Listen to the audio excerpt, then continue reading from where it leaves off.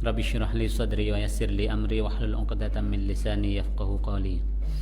Alhamdulillah wassalatu wassalamu ala Rasulillah wa ala alihi wa ashabihi wa man tabi'ahu wa mawalah. Wala haula wala quwwata illa billah, amma ba'dah. Rabbana zidna ilman nafi'a warzuqna fahman wasi'a. Halaman 3 yang bawa kitab, baris ke-13 dari bawah. Setelah kemarin kita membacakan 2 hadis yang Imam Nawawi Al-Bantani bertabaruk dengannya, nalab barokah, agar semua yang ngaji kitab ini semua memulainya dengan 2 hadis tersebut. Yang pertama hadis qudsi tentang larangan zalim serta pengakuan atas kelemahan kita.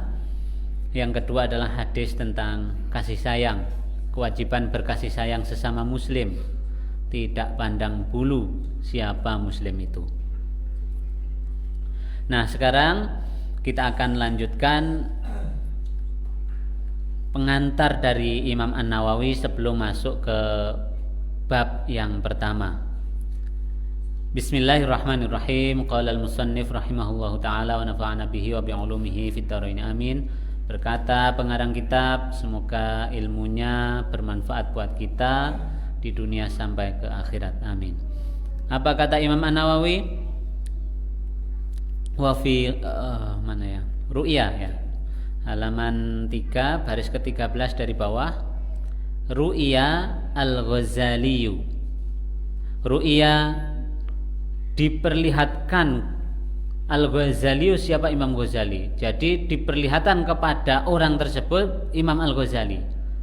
Fin naumi, di dalam tidur. Berarti dia bermimpi melihat Imam Al-Ghazali di dalam tidurnya. Ini ada orang ceritanya, Imam Al-Ghazali sudah meninggal. Dalam tidurnya orang ini melihat Imam Al-Ghazali. Faqila lahu, ditanyakan kepada Imam Al-Ghazali, ma fa'alallahu bika, kamu kan sudah seto nih Imam Ghazali, terus apa yang Allah lakukan terhadapmu di alam akhirat ini? Faqala, maka Imam Al-Ghazali menjawab, au qafani baina yadaihi, Allah menghadapkanku di hadapannya, Allah membuat aku berdiri di hadapannya. Wa qala, dan Allah berkata li kepadaku. Apa kata Allah yang dikatakan Al-Ghazali? Bima qadimta alayya, dengan apa kamu datang menghadapku ini wahai Ghazali? Kamu wani-wani menghadapku kuwi duwe bekal apa? Memang siap kamu? Nah, kurang lebih begitu ya. Fasirtu, maka aku kemudian adzkuru a'mali, menyebutkan amal-amal solihku di dunia. Jadi aku pede menghadap Allah, kata Ghazali, karena aku punya banyak amal solih yang aku sebutkan di hadapan Allah. Faqala, maka Allah berkata kepada Imam Al-Ghazali, lam aqbalha, amal-amalmu enggak ada yang saya terima. Jadi amal-amal solihmu Imam Al-Ghazali itu Bapak Ibu sekalian, amal solihnya banyak. Jenengan nek ngertos kitab Ihya Ulumuddin, jilid-jilidnya tebel itu, berjilid-jilid itu, segini kitabnya, bawaannya semuanya Pak, 1,5 meter. Nah, bisa punjul sidik tergantung penerbitnya, atau apa namanya, syarahnya itu segini penjelasannya. Dan banyak sekali karya-karya beliau. Kemudian beliau juga termasuk seorang alim ulama yang muridnya ribuan. Di saat ngaji majelisnya Imam Ghazali itu yang ngaji ribuan Pak, dan semuanya ahli ilmu. Imam Al-Ghazali itu murid yang terbaik ya menurut Imam Al-Juwaini ya. Imamul Haramain Al-Juwaini itu melihat sosok muridnya yang terbaik itu Al-Ghazali. Imamul Haramain Al-Juwaini itu pernah bilang gini, kowe nek pinter ya mbok kondisi nunggu aku mati gitu.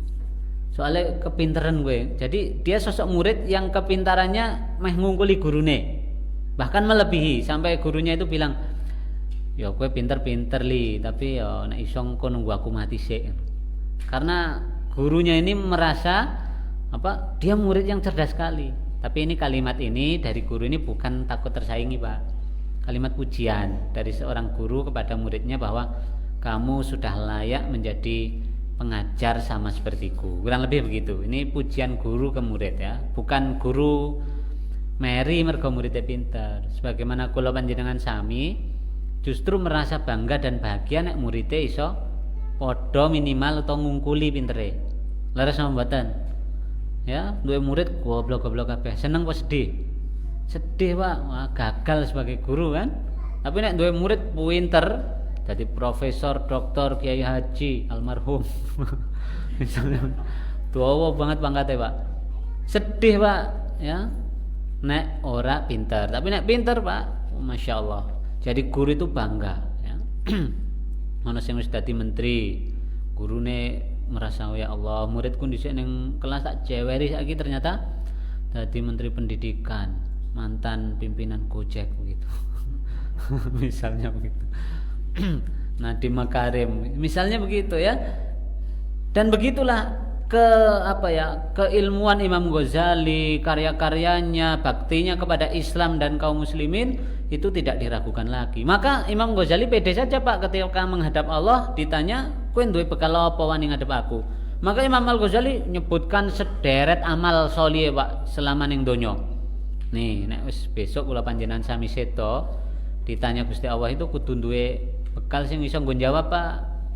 Apa sing iso dibanggakan di hadapan Gusti Allah? Imam Al-Ghazali berani menyebutkan, ternyata apa kata Allah? Lam aqbalha. Enggak ada yang kuterima amalmu loh Ghazali, enggak ada yang kuterima. Wa innama qabiltu minka. Kamu sekarang bisa berjumpa aku, ketemu di surga seperti ini. Yang aku terima darimu itu hanyalah zata yaumin, pada suatu hari. Nazalat zubabatun. Nazalat turun apa zubabatun? Zubabah, lalat, Pak. Nazalat mencrok, seekor lalat mencrok ala midadi qalamika, di atas tinta pulpenmu. Jadi nek zaman dhisik nulis niku kan, itu tintanya diadep mangsi ning semacam cangkir atau lepek atau piring lah ya. Nah niki pulpen niku dereng enten isi tintane kan. Nah, apa wulu misalnya ditutul nulis. Ngoten nggih, nek jenengan nonton film-film Cina niku kan. Tutul nulis ngoten. Nah, seperti itu. Nah, Imam Al-Ghazali ada laler nulisnya mandek, Pak. Takut nek dia nutul pulpene engko lalere mabur, Pak. Jadi pulpene sik ben ngombe sik ben wareg begitu. Jadi Imam Al-Ghazali pingin sedekah karo sosok sing tidak berguna sedikit pun menurut kita. Sosok makhluk Allah yang menurut kita sangat menjijikkan, tidak berguna, ngetoh-ngetohi, bahkan jenengan duwe jebakan laler ning omah, kadang keinjak anake dhewe. Wah, laler bodhe men anake dhewe sebelah. Nah, jenengan kadang kejadian itu. Laler itu enggak berguna, Pak, menurut manusia. Oleh Imam Al-Ghazali yang tidak berguna itu dibiarkan minum dulu. Dia makhluk Allah, saya berkasih sayang kepadanya. Biarkanlah dia kenyang dulu. Ternyata itu, Pak, sebab amalnya Al-Ghazali itu diterima Allah. Kita lanjutkan. Alamidadi qalamik. Mencrok di tinta pulpenmu itu litashroba minhu. Agar lalat itu bisa minum dari tinta kamu itu. Wa anta taktubu fataroktal kitabata, wa anta taktubu, kamu sedang menulis, wa taroktal kitabata, dan kamu berhenti menulis, kamu tinggalkan menulis itu sekejap, hatta akhadat hadzaha, sehingga lalat itu sudah mengambil bagiannya meminum tinta itu. Kamu lakukan itu rahmatan rahmatan biha, karena kamu mau berkasih sayang padanya. Tsumma qala ta'ala, maka kemudian Allah berkata, kepada ya Allah berkata ya, nanti coba umdu bi abdi ilal jannah, kepada malaikat berarti. Umdu wahai para malaikat, lewatkanlah bi abdi hambaku ini ilal jannati, untuk masuk ke surga.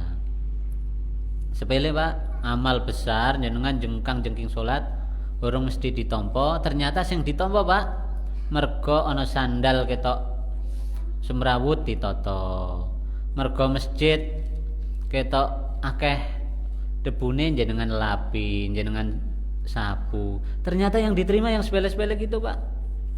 Ternyata ono motor kebanan jam 12 bengi jenengan tulungi. Sepele Pak, padahal jenengan bangga ngadep Gusti Allah besok. Apa kamu siap menghadapku itu punya bekal apa? Loh, saya itu biasa ngaji ning Al-Fatih setiap malam Jumat. Saya juga sholat 5 waktu jamaah terus. Loh. Oh, coba pede kamu. Enggak saya terima. Yang saya terima dari kamu untuk bisa menghadapku ini adalah waktu itu jam 12 malam ada orang dari Prambanan, seorang ustadz berangkat ke sini, banyak bocor dan jenengan nulungi. Itu yang membuatmu masuk surga. Masya Allah Pak. Ternyata hal yang lain yang tidak kita bayangkan yang bisa mengantarkan ke surga. Pesan dari cerita ini Pak, ada orang yang kadang ya Pak, lah wong ngimpi kok nggo dalil. Siapa yang mimpi jadikan dalil? Kita ingin menjadikan mimpi yang punya hikmah ini diambil nilai kebaikannya. Artinya Bapak Ibu sekalian, Rasulullah itu pernah dawuh la tahtaqir minal ma'rufi syai'an. Jangan sepelekan kebaikan meskipun itu sedikit. Jangan sepelekan. Ojo ngremehke Pak.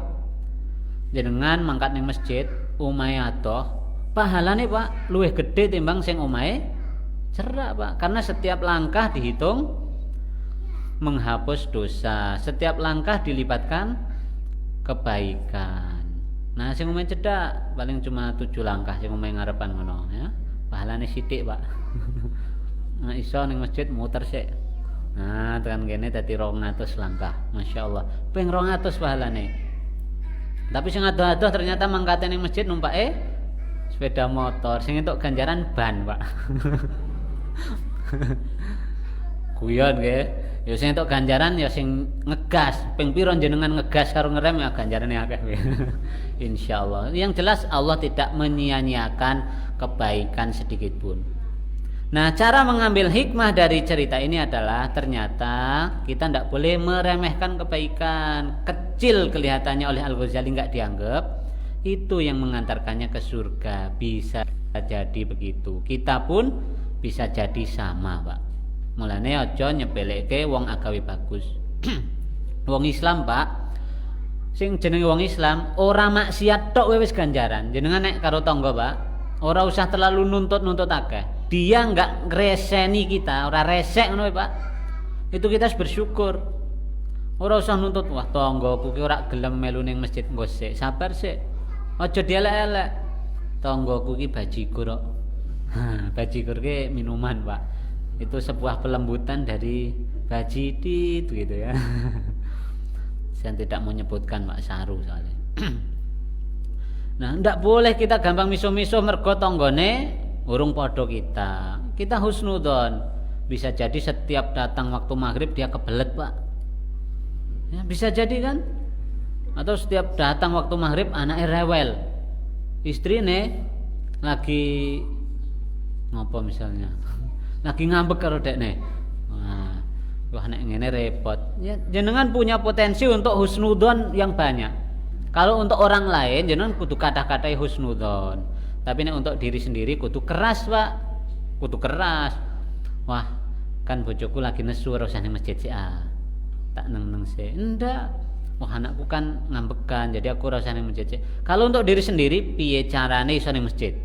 Tapi nek untuk orang lain banyak pemakluman. Aja diwalek wong saiki nek dakwah karo wong liya kerasnya minta ampun, tapi nek nggo awake dhewe salat malamnya ternyata lembek. Ternyata jamaah yo males. Ternyata omongannya yo kasar. Nah, ini kualik, Pak. Kebalik. Ndak boleh ya. Nah, selanjutnya Imam Nawawi Al-Bantani melanjutkan dengan menjelaskan hadis yang di atas. Karena ini Imam Nawawi itu ingin mempertegas betapa kasih sayang kita itu akan mengantarkan kepada surga. Karena itu kasih sayang Allah bentuk dari balasan kasih sayang kita. Wa fi qaulihi sallallahu alaihi wasallam, dan pada hadis Rasulullah yang di atas yang yarhamkum riwayatani, itu ada dua riwayat cara membacanya. Riwayat yang pertama al-jazmu, dibaca jazm. Jadi irhamu man fil ardi yarhamkum. Yang pertama jazm, Pak, yarhamkum. Dengan ini tata bahasa Arab nggih, qawaid bahasa Arab. Jadi ngrungu ae lah sing penting, ora kudu mudeng. Mudenge sok mbenek wis sedo. Pertama dibaca jazm ala annahu jawabul amri, bahwa dia adalah jawab dari perintah. Irhamu, berkasih sayanglah kalian. Kalau kalian berkasih sayang, jawabannya yarhamkum. Maka sebagai fi'il jawab, maka dia dibaca jazm dengan tanda sukun karena dia fi'il mudhari yang sahihul akhir. Ini yang ngaji bahasa Arab di Mahat Al-Fatih tahu ya. Warraf'u, yang kedua boleh dibaca rafa' ala annahu jumlatun du'aiyah, bahwa dia adalah kalimat yang bermakna doa. Bahwa kalau doa dia boleh dibaca irhamu man fil ardi yarhamukum man fis samai. Wa huwa aula, yang mana dibaca rafa ini yarhamukum itu lebih utama daripada yarhamkum. Li'anna du'aahu sallallahu alaihi wasallam ghairu mardud, karena ini hadis dibaca Rasulullah. Berarti doa dari Rasulullah, yang mana doa Rasulullah itu tidak bakal ditolak alias pasti diterima. Berarti irhamu man fil ardi, berkasih sayanglah kalian terhadap makhluk Allah yang di bumi, yarhamukum man fis samai, semoga makhluk Allah yang di langit juga berkasih sayang kepada kalian, menyayangi kalian. Wa min asbabi husnil khatimah, dan di antara sebab bisa mati husnul khatimah al-muwadhabatu ala hadzal du'a, adalah seseorang itu membiasakan atau selalu tetap membaca doa ini. Wahwa, yaitu doanya berbunyi Allahumma akrim hadhil ummatal muhammadiyah, ya Allah muliakanlah umat Nabi Muhammad ini, bijamili awaidika, dengan kebaikannya, manfaat-manfaat darimu, fiddaro ini di dunia dan di akhirat, di dua kampung dunia dan akhirat. Ikraman, karena memuliakan, liman ja'altaha, pada orang yang telah engkau jadikannya, min ummatihi, dari umat Muhammad sallallahu alaihi wasallam. Jadi yang pertama Pak, rajin-rajinlah mendoakan kebaikan untuk sesama umat Muhammad. Allahumma akrim ummata sayyidina Muhammad, mana tadi? Allahumma akrim hadhil ummatal muhammadiyah. Sering membaca doa itu, insyaallah mati kula panjenengan sami husnul khatimah. Wa minha, dan di antara sebab husnul khatimah berikutnya al-muwadhabah ala hadzal du'a, membiasakan baca doa berikut ini. Baina sunnatis subhi wa fardhihi, bacanya yaitu di waktu setelah sholat qobliyah subuh, sebelum sholat subuh. Wahwa, bunyi doanya Allahumma ghfir li ummati sayyidina Muhammad, ya Allah ampunilah umat Muhammad. Allahumma arham ummat sayyidina Muhammad, ya Allah sayangilah umat sayyidina Muhammad. Allahumma astur ummat sayyidina Muhammad, ya Allah tutuplah aib, tutuplah celah, tutuplah keburukan umat sayyidina Muhammad. Allahumma jibur ummat sayyidina Muhammad, ya Allah tambahlah kekurangan-kekurangan dari umat Sayyidina Muhammad. Allahumma aslih, ya Allah damaikanlah, ya Allah perbaikilah umat Sayyidina Muhammad. Rahmatan amatan, dengan kasih sayang yang umum, ya Rabbal alamin, wahai Tuhan semesta alam.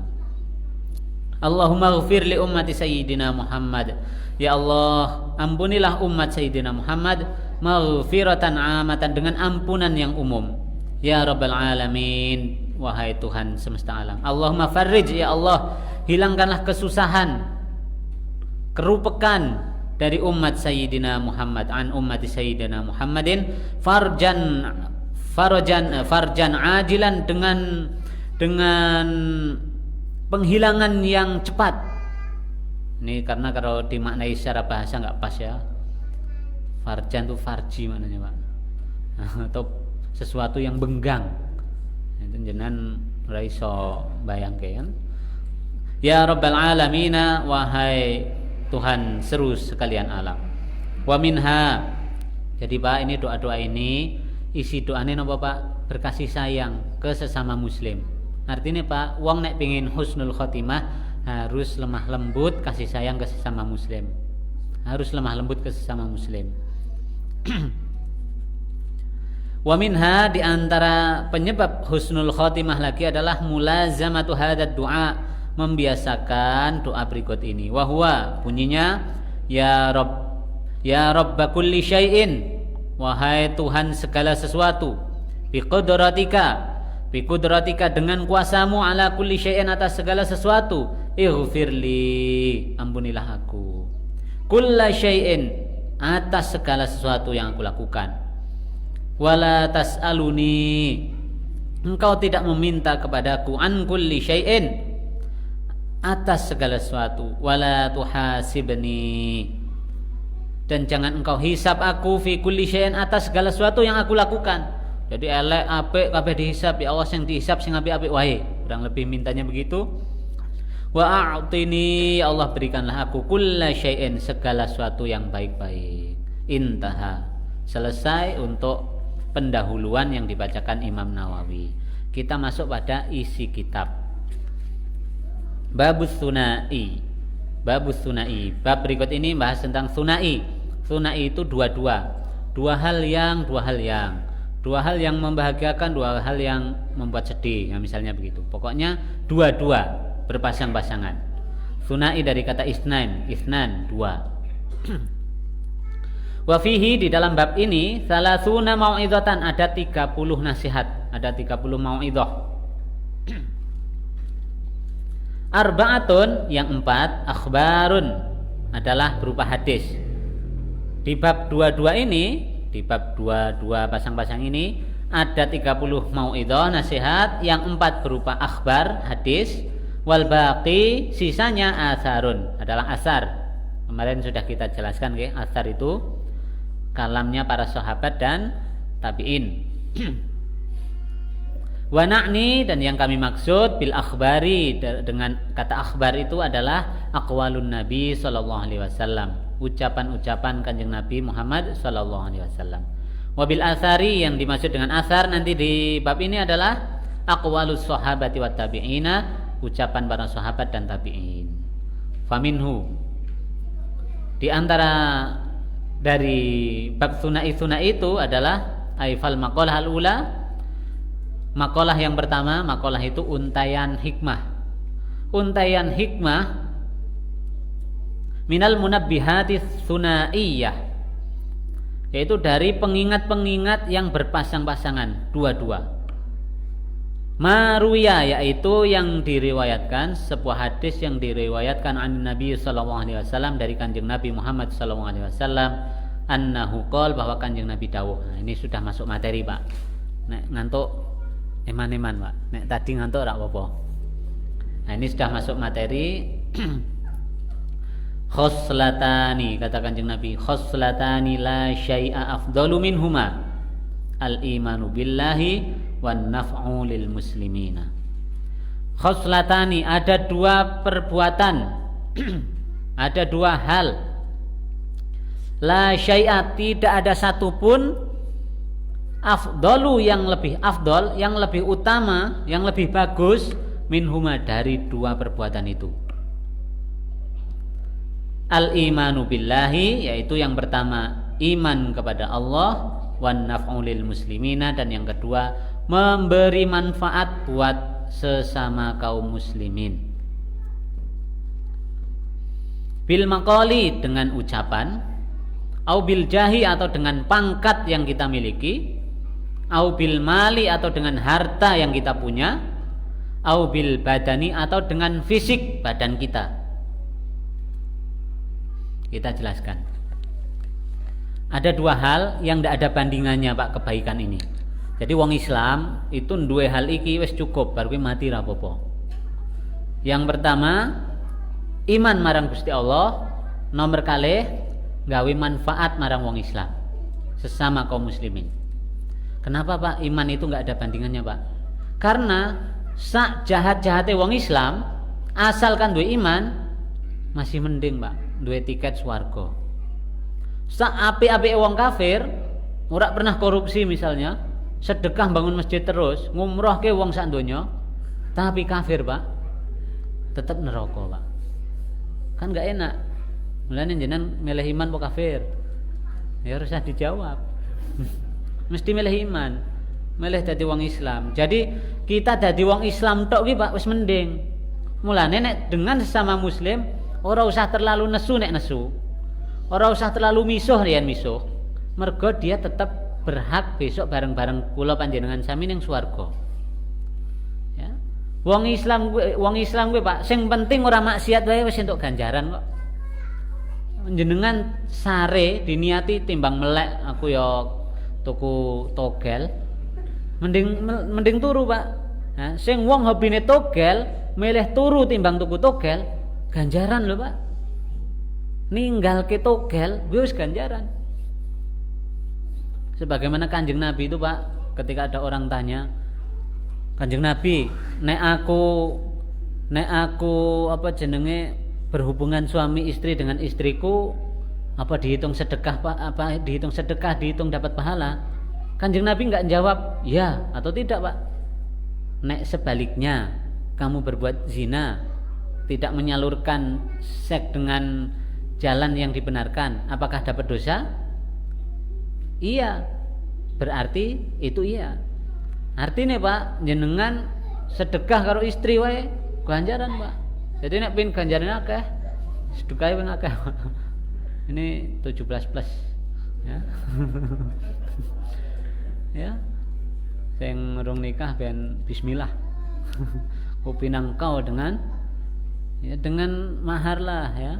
Dengan bismillah, marang tuamu emang gelem. Megah lah bismillah tok enak aja. Nah, Bapak Ibu sekalian, jadi wong biasa gawe dosa mandek kok gawe dosa tok. Kuwi wis ganjaran, urung tambahi nglakoni amal soleh liyane. Lan wong Islam tuh enak karena tikete wis entuk. Jenengan ana konser misalnya konser apa sing kondang apa? Via Valen. Nah, keren ora? Neng alun-alun Klaten dekat Masjid Raya itu konser Via Valen. Misalnya konser itu oleh ya, maksudnya itu konser itu berpahala misalnya. Ki gawe ande-ande tok. Jenengan wis megang tiket Pak, wis megang tiket. Gue neng jero meh ngopo wae wis entuk Pak. Ya, sing penting wis megang tiket. Jadi jenengan entuk mlebu. Wong kafir gue Pak, duitnya 1 miliar. Tapi tiketnya wis entek Pak. Arep mlebu, ra entuk Pak, mergo tiketnya wis entek dan jero wis kebak. Arep mlebu mah goyang-goyang ora iso Pak. Mergo mboten gadah tiket. Bar kuwi duitnya dibagi-bagi ning njaba, bakul-bakul ning njaba dikai kabeh. Apakah dia boleh masuk? Ndak bisa Pak. Swarga ki ngoten. Penting tiketnya pegang sik dengan keislaman kita, beriman itu. Jadi jenengan ki kudu yakin betul, beriman betul bahwa tiket swarga itu la ilaha illallah, agama Islam.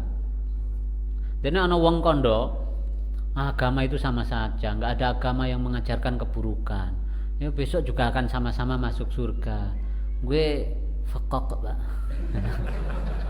Ya, Pak.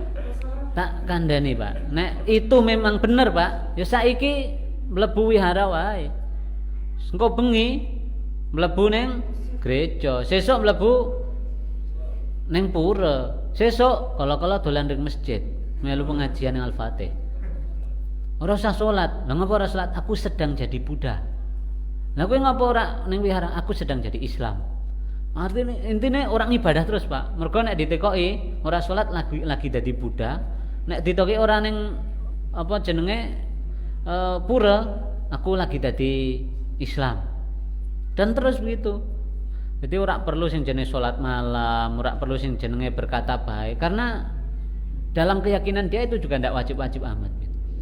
Ini yang kemudian Habib Syekh nesu-nesu dengan salah seorang tokoh di Jawa Tengah yang mengatakan kabeh agama bener. Jadi kadang dia ngiringi sholawatan yang gereja, begitu apa pendetane teko, Tola'al badru alaina min thaniyatil wada'. Nek Kanjeng Nabi weruh, Pak, sampluk ya, Pak, jebret.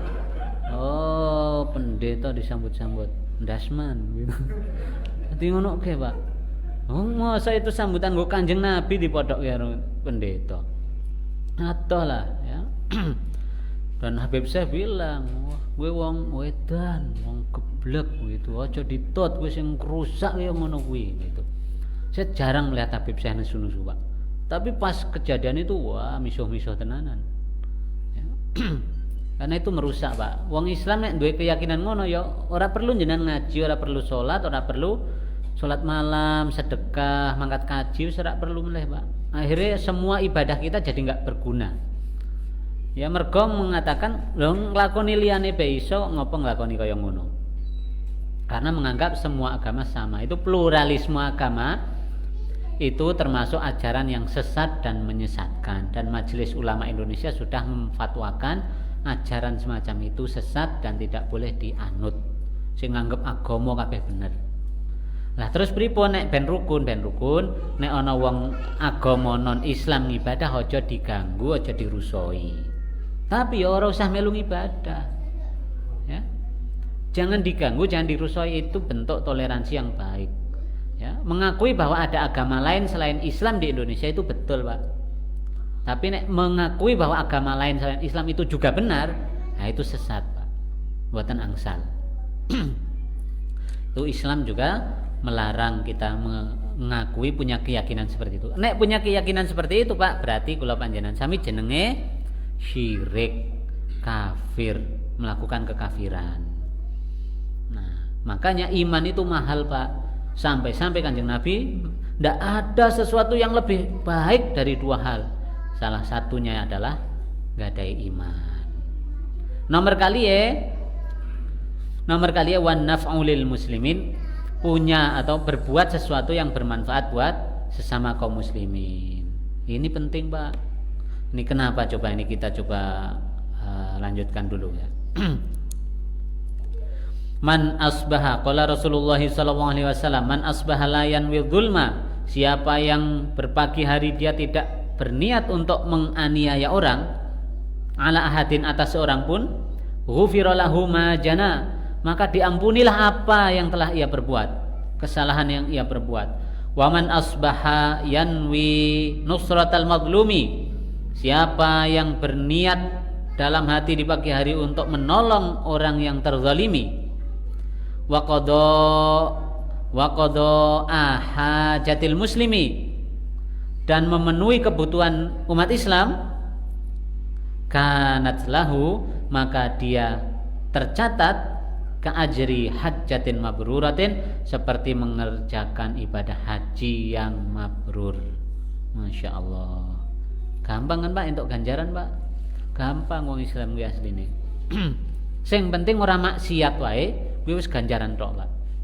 Lan jenengan kula panjenengan sami iki ora usah nglakoni ibadah sing abot-abot ki jane ora apa-apa. Penting aja maksiat.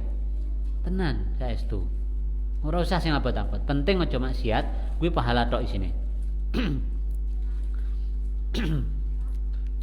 Nah, di sini tadi dikatakan memberi manfaat kepada umat Islam itu dengan ucapannya. Berarti contohnya nasihati wong, Mbak, ngajak ring masjid niku sae. Ngandani wong ben ora tukaran niku sae. Ana cah cilik ngomong saru dielengke niku sae. Dinasihati cah cilik ora usah misuh, Pak. Cah cilik sok nasihati kuwi jenengan elek, Pak. Nek bahasa kerene jangkem elek, Pak. Nah, ndak boleh dikandani cah cilik kok walah cah cilik ngandani. Matur nuwun ya Le. Jenengan seneng, Pak. Cah cilike bunga. Ana jenengan lewat ana cah cilik, "Assalamualaikum." Wih, bunga, Pak, cah cilik.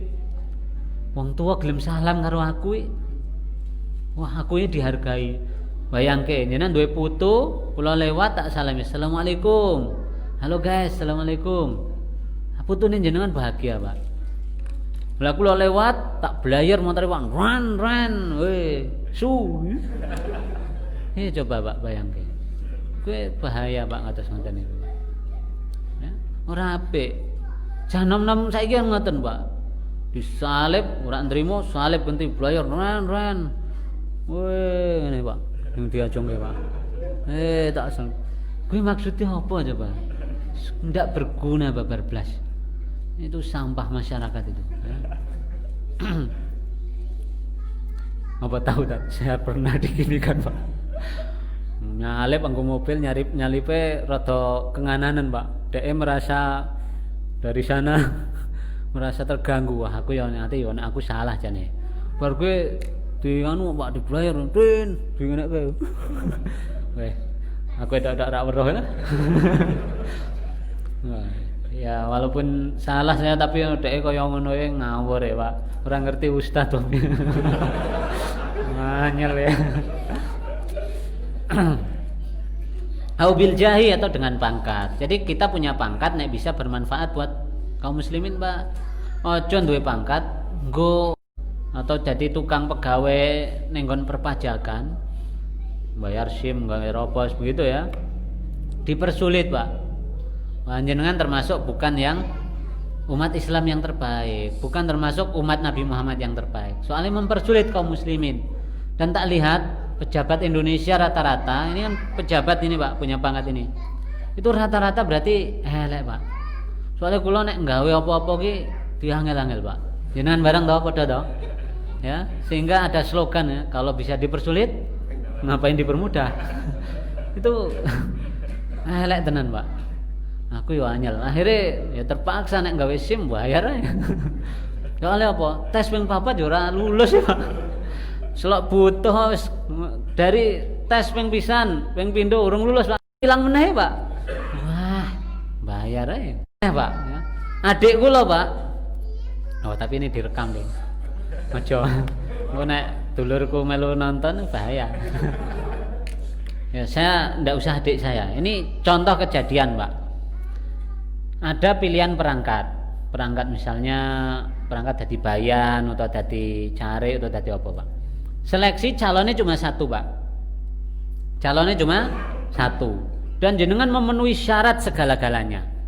Jenengan juga secara kualifikasi mampu untuk terpilih. Calonnya satu Pak. Bar kuwi jenengan diumumke nek pingin dadi. Padahal wis ora ono sampai pendaftaran tutup calonnya mung jenengan dan otomatis jenengan dadi. Karena tes pun jenengan iso ngerjakke kabeh. Nilainya jenengan di atas rata-rata. Setelah itu Pak, oleh tokoh tertentu dia bilang, "Kowe tak lantik asalkan bayar 50 yuta. Nek ora gelem bayar 50 yuta, ora tak lantik. Aku wegah nguruske berkasmu." Akhirnya si calon ini Pak bayar 50 yuta terpaksa. Maka dalam hal ini dia tidak suap Pak. Tidak suap itu. Suap itu ono pemilihan calon loro. Nah, dia ngeki duit ben dipilih. Itu suap Pak. Ya, kalau ini dia otomatis wis dadi Pak. Tapi dia jenenge diteteki Pak. Nek bahasa nggon kula jenengan ngriki napa dia Pak? Diperes ya Pak. Nah itu diperes namanya. Ini 50 juta kita itu diperes Pak. Karena itu jabatan itu sudah haknya kula panjenengan sami. Karena memang jadi harusnya. Kok dikon bayar 50 berarti diperes 50 juta. Ini kita tidak menyuap namanya. Karena kita mengambil hak kita Pak. Nah beda dengan suap-suap yang pada umumnya ya. Ada tes, dia tidak ikut tes tapi bayar ben dadi. Lewat jalur dalam bayar semene ben dadi. Nah ini suap namanya. Kalau ini enggak jauh. Nah begitu dadi pejabat karena seneng-seneng nyuap, akhirnya dia begitu juga ingin merepotkan orang karena dia mau masuknya aja udah repot ya, bayar suwidak yuto 300 yuto padahal bukan haknya. Nah model begini Pak itu dia bukan termasuk kriteria yang orang baik, bukan yang afdol yaitu al-imanu billah wa naf'u bil muslimin. Bil mal, punya harta Pak, gunakan untuk kemaslahatan, nyumbang, sedekah, masak diluwihi Pak. Jenengan nek masak sesuatu yang berkuah, kuahe dikatai. Rasulullah itu pernah manggil Abu Dzar, ya Abu Dzar, idza tabakhta marokotan, kalau kamu masak masakan berkuah, fa'aktsir ma'aha, perbanyak kuahnya, wa ta'ahad jironaka, perhatikan tetanggamu, bagi-bagi. Nah itu sepele Pak. Kenapa Nabi nyuruhnya perbanyak kuahnya, enggak perbanyak dagingnya? Karena kalau hadis ini perintahnya perbanyak dagingnya, abot Pak, abot. Tapi nek perbanyak kuahnya, dagingnya iso sithik-sithik tapi kuahe akeh. Dadi pantes Pak, wis dagingnya sithik, kuahe sithik, ketok kambing rong 2 butir itu dikake ning tanggane mboten pantes Pak.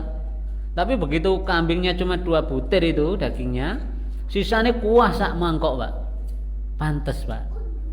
Nah Kanjeng Nabi itu ya pinter, ngerti nek umate ya kula panjenengan sami iki wajah-wajahe ketok rada rak duwe-duwe lah ya. Sedekah tapi tetap jalan meskipun kita orang biasa, enggak kaya-kaya amat. Au bil badani, atau dengan badan. Engko bengi ngecor jarene ngene. Yen duwe melu wakaf kok duwite ora ono, nggo bayar sekolah ya urung cukup, aku duwene awak. Melu ngecor engko. Misalnya gitu. Atau pas jenengan lewat Kartosuro, saya kan pondoknya juga lagi bangun Pak. Jenengan lewat. Wah, tak melu ngecor tat. Wah, aku urung ngecori. Wis tak ngecor saiki. Wis ngono cor-coron. Wis ora apa-apa, penting pengin melu bantu kan Pak, dengan badan, dengan kekuatannya. Enggak apa-apa. Bisanya kita begitu lakukan Pak. Ini contoh gawe manfaat marang sesama kaum muslimin, dan ini baik Pak. Intinya Kanjeng Nabi itu ingin mengatakan saisomu lakonono sing apik. Lakonono. Kowe isone nyumbang duit mergo sibuk, nyumbang duit. Mergo ora duwe duit, isone nyumbang tenaga, nyumbang tenaga. Dan seterusnya. Apapun yang iso kita perbuat untuk kebaikan, lakukanlah. Jangan remehkan kebaikan sekecil apapun. Itu pesan kuatnya. Nah, menan jenengan ra entuk ngece wong ora tau sembayang, kalau sembayang diece. Ah, tumben ning masjid. Udan kok mesti. Ya, mergo kowe ning masjid. Iki ngece Pak, bulian seperti ini sesuk mutung wonge wegah salat neh. Jenengan dosa kowe. Alhamdulillah, sok ning masjid neh ya tak konconi. Nek perlu tak mire weruh wong ora tau ning masjid, marang-marang ning masjid, kaya amplop Pak. Nah, 100.000. Nah, sok ning masjid neh ya, siap. 200.000 ganti. Masyaallah, sesuk sing ning masjid Pak, sak anak-anake Pak. Nah, masyaallah. Saya termasuk ini Pak ya, alhamdulillah Al-Fatih gitu ya. Jadi nek ada orang kesini mau minta tolong, masjid itu harus tanggap Pak. Dimanapun itu masjid itu harusnya tanggap begitu. Kotak amal dicolong, malingnya ketangkap. Oh jadi duduki malingnya Pak, nggak boleh. Diajak kumpul bareng, takoki piro sing mbok cukup, 1 juta. Butuhmu piro? 1,5 juta. Oh berarti kurang 100. Kasih Pak. Insya Allah habis itu dia tobat Pak. Saestu pernyolong 1 juta gebloke. Nah ning penjara wis gawe perhitungan. Sesuk aku lepas genti yang tak colong AC-ne. Nah. Begitu. Jadi dia orang pengin tobat, tapi begitu ketangkap masjid, akhirnya dia ditambahi duitnya mergo butuhe luweh. Nah, dia sadar wong masjid itu ternyata apik-apik, peduli. Begitu. Wong Islam itu kadang melu kegawa suasana yang ada di lingkungannya. Nek maling ketangkep kudu dikepruki bareng-bareng. Digoning Pak RW ini melu ngepruki sik, Pak. Oh, maling. Baru polisi teko, mancal loh Pak nggo sepatune. Ini kejadian oleh saya lihat langsung, ya Allah. Polisi ini harusnya anteng sih. Kayak wah, mayan gratisan. Melu Masya Allah. Tapi yang ndak juga banyak, yang ndak gitu ya. Mulane ana wong Mbak nyolong ketangkep, ojo dibiarkan di pinggir dalan, jenengan ajak amankan. Jenengan termasuk berbuat kebaikan jika seperti itu. Saya kira itu dulu ya, kita lanjutkan pekan depan. Ya, ini masih di bab sunai, masih dua hal. Dan nanti banyak bab di sunnah ini, dua hal ini. Semoga Allah mempermudah kita untuk mengamalkan apa yang ada di dalam kitab ini. Amin ya rabbal alamin. Wallahu taala a'lam bissawab. Assalamualaikum warahmatullahi wabarakatuh.